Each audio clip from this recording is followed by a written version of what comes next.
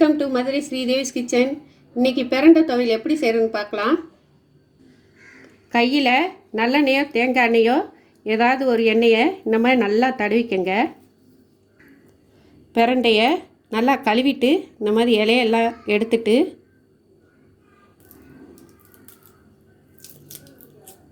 நாரை இந்த மாதிரி பிச்சு எடுத்துக்கங்க. கையில் நார் உரிக்க வரலைன்னா இந்த மாதிரி நீங்கள் கத்தியை யூஸ் பண்ணியும் இப்படி ஈஸியாக நார் உரிச்சுக்கிறலாம். பேனில் 3 ஸ்பூன் நல்லெண்ணெய் விட்டுக்கங்க. சூடானதும் 6 வத்தல்,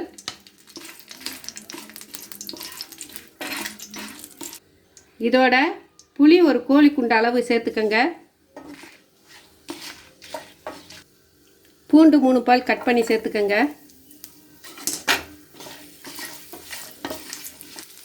மிளகு 1 ஸ்பூன்,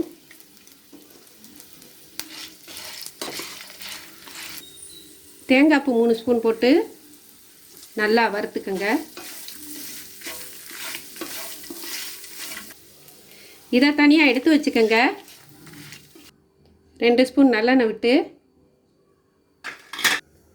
2 ஸ்பூன் கடலைப்பருப்பு,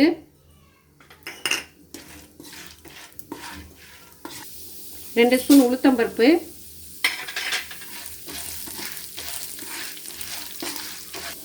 பெருங்காயம் 1 ஸ்பூன்,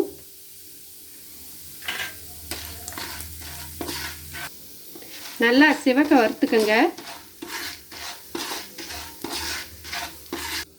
நல்லா செவந்துருச்சு. இதை எடுத்து வச்சுக்குவோம்.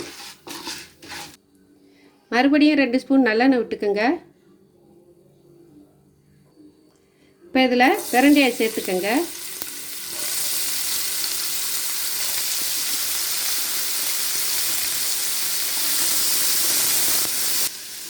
பிரண்டை வயிற்று பொறுமல், மூட்டு வலிக்கு இதுக்கெல்லாம் ரொம்ப நல்லது.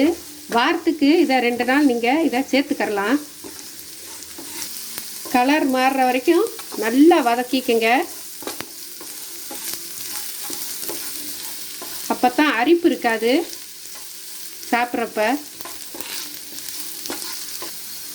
பார்த்தீங்களா எவ்வளவு சுருள வதங்கிடுச்சு.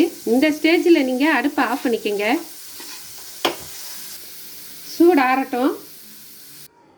வறுத்து வச்ச எல்லா பொருளையும் மிக்ஸி ஜாரில் போட்டு தேவையான அளவு உப்பும் போட்டு கொரகொரப்பாக அரைச்சி எடுத்துக்கங்க. கொரகொரப்பாக அரைச்சி எடுத்துக்கிட்டாச்சு.